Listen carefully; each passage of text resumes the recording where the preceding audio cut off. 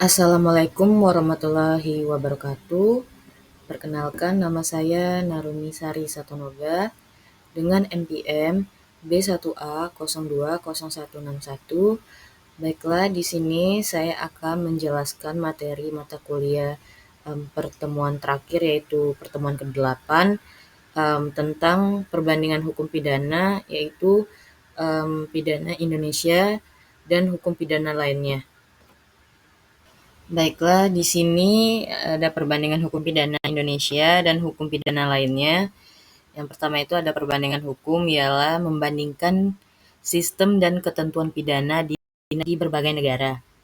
Perbandingan ini dapat dilakukan untuk yang pertama itu ada meningkatkan kualitas dan pengembangan ilmu hukum pidana. Yang kedua itu menjaga harmonisasi hukum antar negara. Yang ketiga itu ada mendalamin latar belakang dan alasan perbedaan sistem dan aturan hukum. Yang terakhir itu ada menemukan persamaan dan berbagai sistem hukum yang lainnya. Kemudian di sini ada juga beberapa contoh perbandingan hukum pidana Indonesia dengan negara lainnya, yaitu yang pertama ada asas legalitas di Indonesia, yaitu tidak mengatur arti dari perubahan undang-undang, sedangkan asas legalitas Korea Selatan mengaturnya. Yang kedua itu ada di Denmark, terdapat jenis pidana yang ditunda, dikenal juga di KUHP Indonesia, hanya saja bentuknya berupa pidana bersyarat.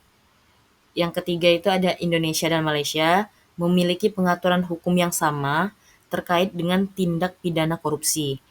Yang terakhir itu ada Indonesia dan Belanda, memiliki kemiripan karena keduanya menganut civil law atau Romano-Germanic dan asas legalitas. Berikut ada beberapa contoh hukum pidana Indonesia dengan negara lainnya, yaitu sistem pemidanaan Indonesia, yaitu menggunakan sistem hukum pidana yang berdasarkan pada Kitab Undang-Undang Hukum Pidana, yaitu KUHP, yang mengadopsi sistem hukum Eropa kontinental atau civil law system. Pemidanaan di Indonesia mencakup pidana pokok seperti penjara, denda, dan pidana mati, atau untuk kejahatan tertentu. Lalu ada Amerika Serikat, sistem common law dengan penekanan sistem common law pada pihak individu. Pidana mati juga masih berlaku di beberapa negara bagian, tetapi di seluruh negara bagian. Hukum penjara umumnya lebih lama, dan terdapat berbagai jenis penjara seperti penjara federal dan negara bagiannya. Lalu ada Jerman, menggunakan sistem hukum pidana yang juga berbasis pada civil law, dengan penekanan pada rehabilitas pelaku kejahatan. Pemidanaan di Jerman lebih berfokus pada rehabilitas dan reintegrasi sosial pelaku. Lalu ada pidana mati. Di Indonesia pidana mati masih berlaku diterapkan untuk beberapa kejahatan berat seperti narkotika dan terorisme. Meskipun demikian, ada kritik terkait penerapannya yang tidak sepenuhnya efektif. Lalu ada juga negara Jepang, pidana mati juga diterapkan di Jepang, namun dengan prosedur yang sangat ketat. Penerapan hukum mati di Jepang seringkali disertai dengan penantian yang panjang, terkadang tanpa pengumuman yang jelas kepada terpidana. Lalu di sini ada Uni Eropa, yaitu negara-negara di Uni Eropa secara tegas menentang pidana mati dan telah menghapusnya di semua negara anggota sebagai bagian dari komitmen terhadap hak asasi manusia. Lalu ada penyelidikan dan penyidikan di Indonesia. Di Indonesia itu dalam hukum pidananya dilakukan oleh polisi atau penyidik yang memiliki kewenangan untuk mengumpulkan bukti. Pengadilan dapat meminta bukti tambahan atau mengeluarkan perintah penyidikan lanjutan. Lalu ada sistem negara Inggris, yaitu hukum pidana Inggris mengandalkan polisi juga untuk penyidikan, namun dengan pembahasan yang ketat atas penggunaan bukti dan prosedur yang harus diikuti agar hak tersangka terjaga. Ada pula peran yang lebih besar bagi jaksa dalam memutuskan apakah suatu kasus layak untuk diadilin. Di sini juga ada sistem Prancis. Dalam sistem hukum Prancis, penyidikan dilakukan oleh penyidik yang seringkali terlibat lebih dalam proses pemeriksaan dan pengumpulan bukti. Pengadilan seringkali terlibat lebih awal dalam proses penyidikan. Lalu di sini juga ada penerapan hukum penjara di Indonesia, yaitu dapat bervariasi dengan sistem pemasyarakatan yang bertujuan pada rehabilitasi, meskipun dalam praktiknya sering dihadapkan pada masalah overkapasitas, penjara dan kondisi yang kurang ideal.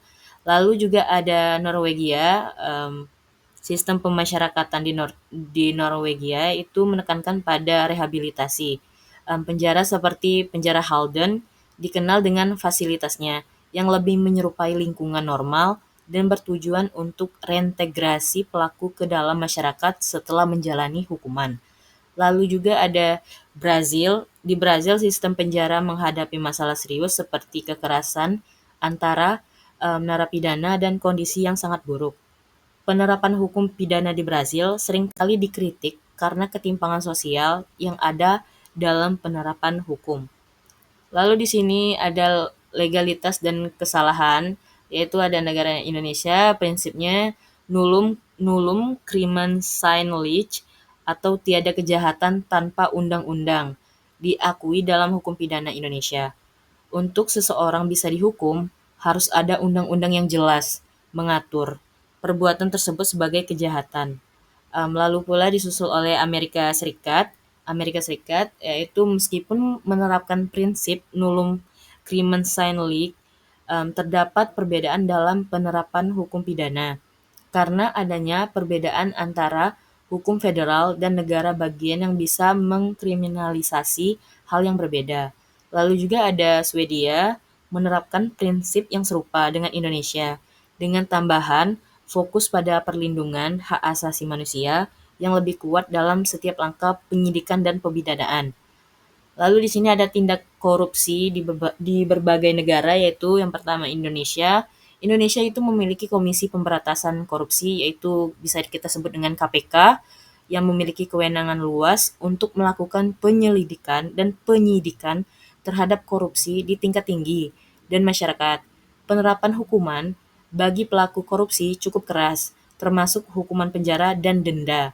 Lalu ada Singapura. Singapura memiliki hukum yang sangat ketat mengenai korupsi. Komisi Anti Korupsi Singapura atau CPIB sangat aktif dalam melakukan penyelidikan dan hukuman bagi pelaku korupsi sangat berat, termasuk denda yang tidak yang tinggi dan hukuman penjara yang lama. Lalu ada Italia. Italia juga menghadapi masalah korupsi yang signifikan dan meskipun ada hukuman yang ketat, seringkali ada kesulitan dalam menuntut kasus-kasus besar karena adanya jaringan pengaruh politik dan ekonomi yang kuat. Lalu di sini ada juga hukum pidana anak di berbagai negara, yaitu di Indonesia. Hukum pidana di Indonesia memberikan perhatian khusus pada anak yang terlibat dalam tindak pidana dengan penekanan pada perlakuan yang rehabilitatif dan menjauhkan mereka dari sistem pengadilan pidana dewasa, kecuali dalam kasus-kasus tertentu. Lalu juga ada negara Kanada. Kanada memiliki Youth Criminal Justice Age yang memberikan sistem peradilan yang lebih mengarah pada rehabilitasi dan reintegrasi untuk anak-anak melakukan tindak pidana, dengan penghindaran hukuman penjara bagi anak di bawah usia tertentu. Lalu ada Australia. Australia juga memiliki sistem peradilan anak yang lebih fokus pada rehabilitasi dengan adanya pembimbing untuk membantu anak terpidana dalam proses pemulihan. Perbandingan-perbandingan ini yang saya jelaskan tadi menunjukkan bahwa meskipun negara-negara memiliki sistem hukum yang berbeda, terdapat kesamaan dan prinsip-prinsip dasar seperti penghormatan terhadap hak asasi manusia dan pentingnya rehabilitasi bagi pelaku kejahatan, meskipun aplikasinya bervariasi tergantung pada konteks sosial, politik, dan ekonomi masing-masing negara. Kemudian selanjutnya, di sini ada sistem hukum pidana di Indonesia. terdiri dari dua sistem, yaitu hukum pidana adat dan hukum pidana barat, yang dikenal dengan Kitab Undang-Undang Hukum Pidana, yaitu KUHP. Kedua sistem hukum ini berjalan secara beriringan. Hukum pidana merupakan bagian dari hukum publik yang terbagi menjadi dua, yaitu hukum pidana material dan hukum pidana formil. Dalam proses peradilan pidana, terdapat beberapa tahap, yaitu penyidikan, penuntutan, pemeriksaan di muka pengadilan, dan pelaksanaan putusan pengadilan atau eksekusi. Di sini saya akan menjelaskan dulu kedua sistem hukum berjalan beriringan ini yang terbagi menjadi dua, yaitu yang pertama material. Yang material itu mengatur penentuan tindak pidana pelaku tindak pidana dan saksi di Indonesia diatur dalam KUHP, sedangkan pidana formil mengatur pelaksanaan hukum pidana material diatur di Indonesia itu dalam Undang-Undang Nomor 8 Tahun 1981 tentang Hukum Acara Pidana.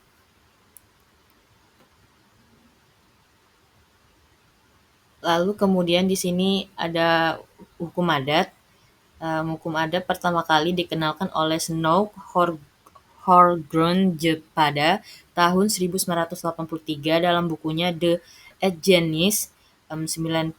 Dalam buku itu dia berkelaku bagi bumi putra atau orang Indonesia asli dan orang timur asing pada masa Hindia Belanda. Hukum adat baru mempunyai pengertian secara teknik yuridis.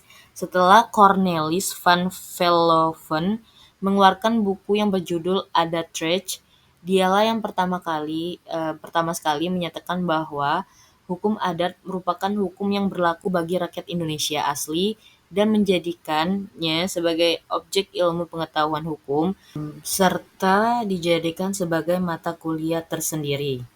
Dia juga yang mengangkat hukum adat sebagai hukum yang harus diterapkan oleh hakim Gabernemen. Menurut Cornelis van Veldhoven itu, hukum adat adalah himpunan peraturan tentang perilaku bagi orang pribumi dan timur asing pada satu pihak mempunyai sanksi atau karena bersifat hukum, dan pada pihak lain berada dalam keadaan tidak dikodifikasikan atau karena adat. Kemudian di sini juga ada pendapat Jojo Digono berpandang bahwa hukum adat berakar dan dalam pikiran dan pandangan hidup masyarakat, dan asasnya dipelajari dalam disimpulkan dari kebiasaan, konsep dan ide umum sebagaimana termanifestasi dalam perilaku dan putusan dari ketua maupun pejabat lokal atau sekutu, dan dalam peribahasa dan pepatah populer. Lalu di sini juga ada karakter dan ciri hukum adat. Hukum adat Indonesia itu memiliki kekhasannya sendiri, yakni bercorak komunal atau kebersamaan. Dalam pandangan O.J. Salman Sumadingrat, bahwa corak masyarakat komunal adalah setiap individu anggota masyarakat merupakan bagian integral dari masyarakat secara keseluruhan, dengan penegasan bahwa setiap kepentingan individu sewajarnya disesuaikan dengan kepentingan-kepentingan masyarakat karena tidak ada individu yang terlepas dari masyarakatnya. Sistem hukum adat memiliki ciri-ciri. Yang pertama itu sederhana, yang kedua itu tradisional, yang ketiga itu ada religius atau magis, yang keempat itu ada komunal, lalu karakter hukum adat Indonesia itu yaitu living law. Kemudian selanjutnya ini ada sistem hukum adat, umumnya berkembang dari peraturan yang tidak tertulis di masyarakat. Secara konstitusional, Indonesia itu menganut prinsip keberagaman budaya sehingga dalam lambang negara digunakan semboyan Bhinneka Tunggal Ika. Prinsip ini juga dilihat secara nyata dalam ketentuan hukum positif Indonesia, antara lain ketentuan Undang-Undang Nomor 5 Tahun 1960 tentang peraturan dan pokok-pokok agraria yang menentukan bahwa hukum agraria yang berlaku atas tanah air, bumi, dan ruang angkasa ialah hukum adat. Mungkin itu saja yang dapat saya sampaikan pada materi kali ini. selesailah sudah yang sudah saya bahas dari pertemuan pertama hingga pertemuan ke-8. Mungkin jika ada kata-kata yang terbelit-belit atau, yang tidak dipahamin, saya mohon maaf. Bila kurang maafnya, saya mohon ampun pada Allah. Wassalamualaikum warahmatullahi wabarakatuh.